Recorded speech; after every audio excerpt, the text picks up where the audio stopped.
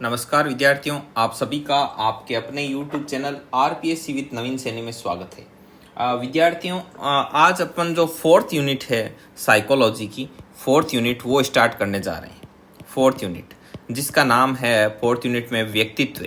तो व्यक्तित्व के बारे में पढ़ेंगे। व्यक्तित्व के कितने प्रकार होते हैं, व्यक्तित्व के सिद्धांत, व्यक्तित्व को प्रभावित करने वाले कारक, ठीक है। तो इन सब चीज़ों के बारे में अध्ययन किया जाएगा। हमने अभी तक unit first, second and third ये तीन कंप्लीट कर लिए और ये तीनों के तीनों यूनिट है वो प्लेलिस्ट में उपलब्ध है। साइकोलॉजी सेकंड ग्रेड नाम से आपके प्लेलिस्ट बना रखी है, वहाँ पर जाकर आप इसका अध्ययन आराम से कर सकते हैं। ठीक है विद्यार्थियों, तो चलिए शुरू करते हैं अपनी साइकोलॉजी की आज यूनिट फोर्थ की क्लास फर्स्ट। तो ये है अपने, देखो नोट से पढ़ेंगे सीधा। व्यक्तित्व ये अपनी यूनिट है। व्यक्तित्व शब्द का सामान्य अर्थ व्यक्ति के प्रभाव की मात्रा के रूप में समझ सकते हैं। जिस व्यक्ति का जितना ज़्यादा प्रभाव होता है बोलते हैं इसका व्यक्तित्व उतना ही हेवी है, प्रभावशाली, ऐसे बोलते हैं आम बोलचाल की भाषा में। इसके बाद में इसके लिए अंग्रेजी भाषा में लैटिन भाषा के पर्सोना से बने शब्द पर्सनालिटी शब्द का उपयोग किया जाता है। अर्थात अंग्रेजी में हम व्यक्तित्व के लिए पर्सनालिटी शब्द का प्रयोग करते हैं और पर्सनालिटी जो शब्द है वो लैटिन भाषा के पर्सोना शब्द से मिलकर बना है और इस शब्द का अर्थ होता है मास्क, नकाब, मुखौटा, ठीक है। और जिसका उपयोग रंगमंच पर किसी पात्र की भूमिका को प्रभावशाली बनाने के लिए किया जाता है, ठीक है। मुखौटे का क्या प्रयोग है वो आप सभी को मालूम है। अब देखिए बात आती है कि आखिर क्वेश्चन कैसे आएगा। तो क्वेश्चन ऐसे आएगा कि जो व्यक्तित्व के लिए प्रयुक्त शब्द पर्सनालिटी वो किस शब्द से बना है, तो पर्सोना से बना है। पर्सोना का अर्थ क्या है ये, और ये पर्सनालिटी शब्द है वो किस भाषा के मूल शब्द से बना है, तो लैटिन भाषा के। तो ये आपका क्वेश्चन नंबर 1, और थोड़ा कलर चेंज कर लेता हूँ मैं, और ये आपका क्वेश्चन नंबर यहाँ पर 1 और ये यहाँ पर अपना क्वेश्चन नंबर 2। आगे बढ़ते हैं। आगे है महत्वपूर्ण विचार, मतलब पर्सनैलिटी को लेकर क्या क्या परिभाषाएं दी गई है ये है, और इनमें से एक क्वेश्चन कंफर्म है, ठीक है। तो वोरेन ने बोला व्यक्तित्व व्यक्ति का संपूर्ण मानसिक संगठन है जो उसके विकास की किसी अवस्था में पाया जाता है।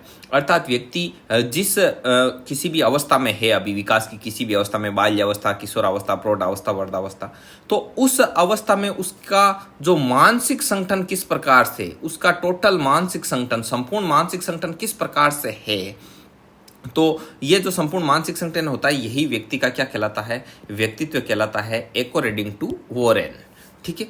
अब मैं इनको कितना एक्सप्लेन कर रहा हूँ पहले ये बता दूं।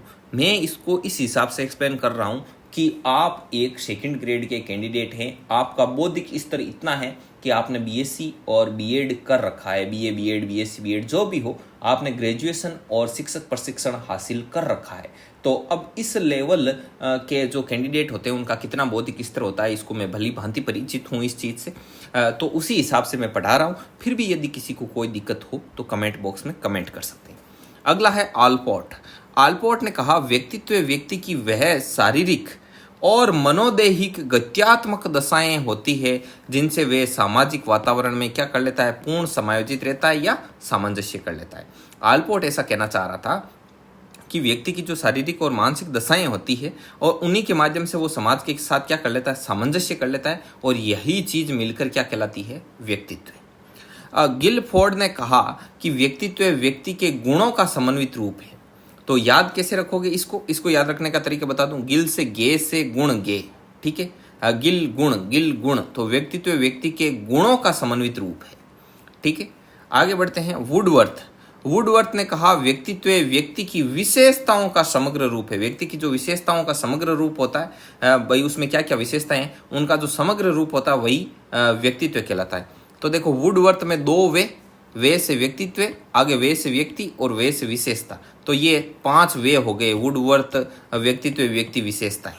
तो ऐसे इसको कनेक्ट कर लेना। अपने को कीवर्ड ही पकड़ना है क्योंकि वहां पर कोई परिभाषा लिखनी तो है नहीं एग्जाम में, सिर्फ टिक करना है, पहचानना है। रेक्स रोस ने क्या कहा, रेक्स रोस ने कहा कि व्यक्तित्व व्यक्ति के मान्य और अमान्य गुणों का पुंज है, ठीक है। व्यक्तित्व क्या है, व्यक्ति में जो भी मान्य और अमान्य गुण होते हैं उनका संगठित रूप होता है, वही उसका व्यक्तित्व है, ठीक है। जरूरी नहीं कि व्यक्तित्व में जो गुण हो वो सारे के सारे मान्य हो या सारे के सारे अमान्य हो, लेकिन व्यक्ति में जितने भी मान्य और अमान्य गुण हैं उनका संगठित रूप है, वो पुंज है, वो क्या कहलाता है? व्यक्तित्व कहलाता है। तो अब याद कैसे रखोगे? रेक्स रोस, रेक्स रोस से याद रखना फोकस, फॉक्स, रेक्स रोस फॉक्स। ठीक है, तो फोकस होता है ना, वो क्या होता है? किरणों का पुंज होता है। बैटरी में से किरणें निकलती है तो उससे क्या बनता है? पुंज बनता है। तो ये मान्य और अमान्य गुणों का पुंज। अब वैलेंटाइन ने क्या कहा? इन्होंने कहा व्यक्तित्व व्यक्ति की जन्मजात एवं अर्जित शक्तियां, अर्थात कुछ तो उसके अंदर जन्मजात शक्तियां और कुछ उसने अर्जित की है। तो ये दोनों मिलकर ही, जन्मजात और अर्जित शक्तियां मिलकर ही किसको डिफाइन करती है? ये डिफाइन करती है व्यक्तित्व को। ठीक है विद्यार्थियों, तो ये इतना हो गया। अब है देखो, व्यक्तित्व का अपन ने शाब्दिक जो मतलब वगैरह है वो हमने यहाँ पर समझ लिया। उसके बाद में इसको लेकर किन किन वैज्ञानिकों ने क्या क्या परिभाषाएं दी, इनको भी समझ लिया। अब व्यक्तित्व निर्माण के कुछ सिद्धांत हैं, उन सिद्धांत को हम क्या करेंगे? पढ़ेंगे। तो एक व्यक्ति के व्यक्तित्व में व्यक्तित्व का निर्माण है वो किस प्रकार से होता है, इसके लिए कुछ विद्वानों ने कुछ निष्कर्ष दिए और जिन्हें हम व्यक्तित्व निर्माण के सिद्धांत के रूप में जानते हैं। ठीक है, मतलब एक व्यक्ति का व्यक्तित्व निर्माण किस प्रकार से होता है, इसको लेकर विभिन्न मनोवैज्ञानिकों ने अपने अपने मत दिए। तो हम उन मतों को जानेंगे और उन्हीं मतों को क्या कहते हैं? व्यक्तित्व निर्माण के सिद्धांत कहते हैं। 1 मिनट में पानी पी लेता हूं।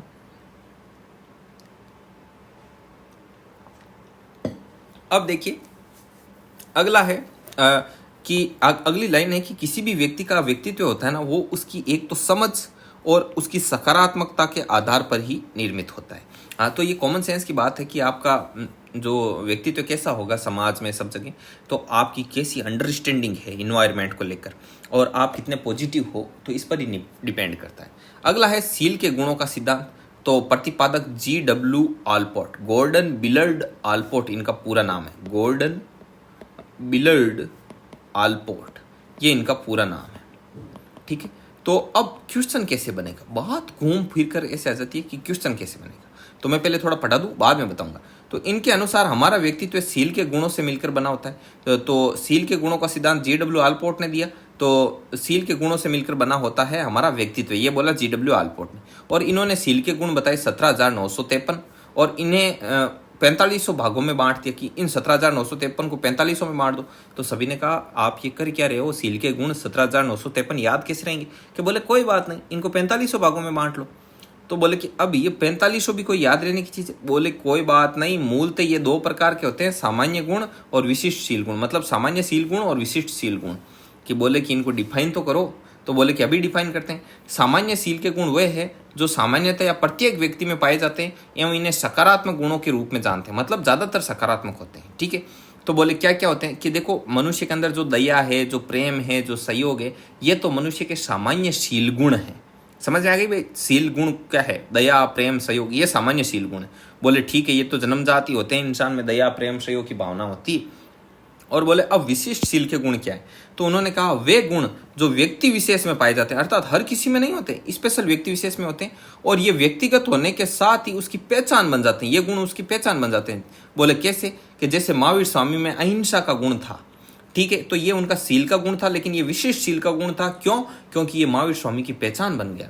मदर टेरेसा में सेवा का गुण था, तो ये उनके पहचान बन गया। तो ये जो अहिंसा और सेवा का गुण, ये कुछ जन्मजात भी होते हैं और इन्हें व्यक्ति सामाजिक वातावरण से भी अर्जित कर सकता है। ठीक है, तो ज्यादातर ये चीज है वो आपके सामाजिक वातावरण का प्रभाव रहता है, समाज से सीखते हैं। क्योंकि ये भी अहिंसा के लिए किसी ना किसी चीज से प्रेरित होकर अहिंसा के लिए बढ़े। इन्होंने भी सेवा का मार्ग चुना, तो कहीं पर इनका दिल पिघला होगा, तभी ये सेवा की तरफ आए, ऐसे। ठीक है, अब क्वेश्चन कैसे बनेगा? तो क्वेश्चन को बता देते हैं। सबसे पहली बात, सील के गुणों का सिद्धांत किसने दिया? तो प्रतिपादक थे G.W. आलपोर्ट। क्वेश्चन नंबर 1 यहाँ से सीधा सीधा। ठीक है, अगला आएगा, अगले आगे बढ़ते हैं। तो आगे आएगा कि टोटल सील के गुण कितने होते हैं G.W. आलपोर्ट के अनुसार? तो ये क्वेश्चन नंबर 5। और इन्होंने मूलतः कितने भागों में बांटा? तो सामान्य सील के गुण और विशिष्ट सील के गुण। तो एक ये हो गया क्वेश्चन नंबर 6। तो ऐसे क्वेश्चन बनेंगे। अब इसके बाद में ये तो हो गए इनका विचार। अब आया R.B. केटल का विचार। इन्होंने भी व्यक्तित्व निर्माण के सिद्धांत बताए। ठीक है, तो ये व्यक्तित्व निर्माण के सिद्धांत पढ़ रहे हैं, ऊपर से देख लो। तो इन्होंने भी अपना व्यक्तित्व निर्माण का सिद्धांत दिया R.B. केटल ने। तो सील के गुणों को लेकर R.B. केटल ने जो विचार दिए, उन्होंने सील के गुण के साथ विशेषक या विशेषता शब्द का प्रयोग किया। किसने किया? R.B. केटल। अब मैं आपको बता दूं कि क्वेश्चन ऐसे बनेगा कि सील के गुण के साथ विशेषक या विशेषता शब्द का प्रयोग किसने किया? तो ये किया R.B. केटल ने। तो ये आपका क्वेश्चन है। तो ये क्वेश्चन नंबर कितना है? 7। ये क्वेश्चन नंबर 7। देखिए, हम पढ़ाने का यही तरीका, यदि मैं कुछ भी पढ़ा के चला जाऊं और आपको यही नहीं मालूम कि आखिर क्वेश्चन कैसे आएगा, तो क्या तो आपने पढ़ा और क्या मैंने पढ़ाया, सीधी सी बात ये है। ठीक है, मेरा तो एक ही काम है, पढ़ाऊं तो ठोस पढ़ाऊं, वरना पढ़ाऊं ही नहीं। अब देखो, इन्होंने R.B. केटल ने कहा कि जो विशेषक शब्द का प्रयोग किया, इन्होंने कहा कि एक सतही विशेषक होता है, एक स्रोत या मूल विशेषक होता है। तो इन्होंने कहा स्रोत मतलब जहाँ से उत्पत्ति होती है वही स्रोत होता है, मूल वही होता है। तो इन्होंने कहा सतही विशेषक वे होता है तो वह विशेषताएं जो सामान्य व्यवहार से पता लग जाती है, जैसे बातचीत का तरीका, थोड़ी देर पास में बैठे तो भी पता लग जाता है। तो ये तो है सतही विशेषक या सतही विशेषता मनुष्य की। ठीक है, और कुछ ऐसे मूल विशेषताएं होती है जो बहुत प्रयासों के बाद पता चलती है, जैसे मनुष्य का वास्तविक व्यवहार, ये बहुत प्रयासों के बाद में पता चलता है वास्तविक व्यवहार के बारे में। आगे बात समझ, तो ये होता है स्रोत या मूल विशेषक। तो पता चल गया स्रोत विशेषक क्या है, सतही विशेषक क्या है। ठीक है, और कुछ व्यक्ति समाज में ऐसे होते हैं जो अपने आप को स्पष्ट वक्ता बताते हैं। ऐसे लोगों को R.B. केटल ने चक्र विक्षिप्त अर्थात आधा पागल की संज्ञा दी है। ये भाई देखो, R.B. केटल का खुद का विचार था, इसमें अपन इंटरफेयर नहीं करेंगे। तो ये R.B. केटल का ये थोड़ा भी ध्यान में रखना, ये सेंटेंस भी। ठीक है, क्वेश्चन नंबर 8। R.B. केटल ने अंतिम रूप से कहा कि एक व्यक्ति के व्यक्तित्व निर्माण में 16 प्रकार के सील के गुण पाए जाते हैं। तो यहाँ पर क्वेश्चन बनेगा कि R.B. केटल के अनुसार सील के गुणों की संख्या कितनी है? तो R.B. केटल के अनुसार सील के गुणों की संख्या कितनी है? 16 है। आगे बात समझ लें, क्वेश्चन नंबर 9। और जिनका संबंध उस व्यक्ति के धनात्मक चरित्र से होता है। और R.B. केटल ने इन 16 गुणों को जानने के लिए 16 PF, इसको बोलते हैं 16 पर्सनैलिटी फैक्टर, मतलब 16 व्यक्तित्व कारक नामक प्रश्नावली दी। और R.B. केटल ने कारक विश्लेषण नामक सांख्यिकी तकनीक का उपयोग किया। तो एक तो देखो कि R.B. केटल ने व्यक्तित्व मापन के लिए, व्यक्तित्व शील के गुणों को जानने के लिए कौन सी प्रश्नावली दी, या फिर 16 PF प्रश्नावली है, ये किसने दी? तो इस चीज को लेकर सीधा क्वेश्चन बनता है और ऑप्शन रहता है R.B. Kettle correct. तो ये तो है आपका क्वेश्चन नंबर 10।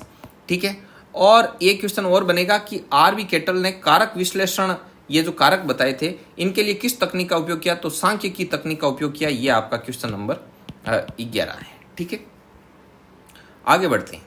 अगला क्वेश्चन है अपना सिद्धांत है कि मांग दबाव का सिद्धांत या मांग पूर्ति का सिद्धांत। ये दिया था हेनरी एडवर्ड मूरे ने। इन्होंने क्या कहा?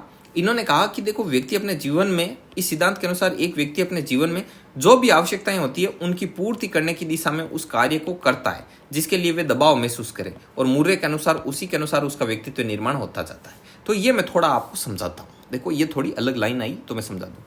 ये कहते हैं कि देखो, प्रत्येक व्यक्ति की अपनी आवश्यकताएं, ठीक है, और व्यक्ति उन आवश्यकताओं को पूरा करने के लिए जीवन पर्यंत भागता रहता है, इधर उधर भागता है।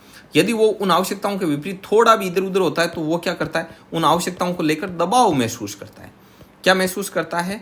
दबाव महसूस करता है। पूरी तरीके से वो दबाव में आ जाता है। ठीक है, तो दबाव महसूस करता है तो वो दबाव के कारण इन आवश्यकताओं की पूर्ति के लिए पीछे पीछे भागता ही रहता है, और जैसी जैसी आवश्यकताएं होगी वैसे वैसे वो मुड़ता रहता है, और इसी से उस व्यक्ति के व्यक्तित्व का क्या होता है? निर्माण होता है। व्यक्तित्व का निर्माण। आई बात समझ में? तो ये चीज थी। और मूरे ने सामाजिक वातावरण की पूछा, भाई तो इतनी कितनी आवश्यकताएं? तो इन्होंने कहा कि 40 आवश्यकताएं मानी। इन्होंने 40 मानी है कि सामाजिक वातावरण की लगभग कितनी अवस्थाएं होती हैं? 40 आवश्यकताएं, जो हमें यह वह कार्य करने की दिशा देती है। तो इन्होंने कहा चलो अब हम इन आवश्यकताओं का मापन कैसे करेंगे? तो इन्होंने कहा इन्हें व्यक्तित्व निर्माण से संबंधित मापन के लिए EPPS, इसका मतलब होता है एडवर्ड पर्सनल प्रेफरेंस शेड्यूल, मतलब एडवर्ड व्यक्तिगत प्राथमिकता मापन दिया, और जिसके द्वारा लगभग 15 कार्य एक साथ देखे जा सकते हैं। ठीक है, तो ये भी ध्यान रखना कि ये EPPS किसने दिया था?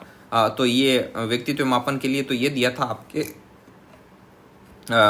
इसने, मतलब कि हेनरी एडवर्ड मूरे ने। नाम ध्यान में रखना। ठीक है, तो ये इनका हेनरी एडवर्ड मूरे का सिद्धांत था। आगे बढ़ते हैं। अब है प्रश्नोत्तरी। इतनी देर हमने क्या क्या पढ़ा, इनको लेकर ये पूरी प्रश्नोत्तरी। तो अब देखो, ये चीज होती है क्या पढ़ा, कैसे पढ़ा, कितने क्वेश्चन पुटअप होंगे, कहाँ से पुटअप होंगे, तो पुटअप करके दिखाओ। ये दिखाया। आलपोर्ट के अनुसार व्यक्तित्व है, तो देखो व्यक्तित्व गत्यात्मक संगठन है, अपूर्व संयोजन है और मनोदैहिक तंत्र है। बोले ये चीज कहाँ से आ गई? तो चलो आलपोर्ट की परिभाषा पर। तो चलिए, ये आलपोर्ट की परिभाषा।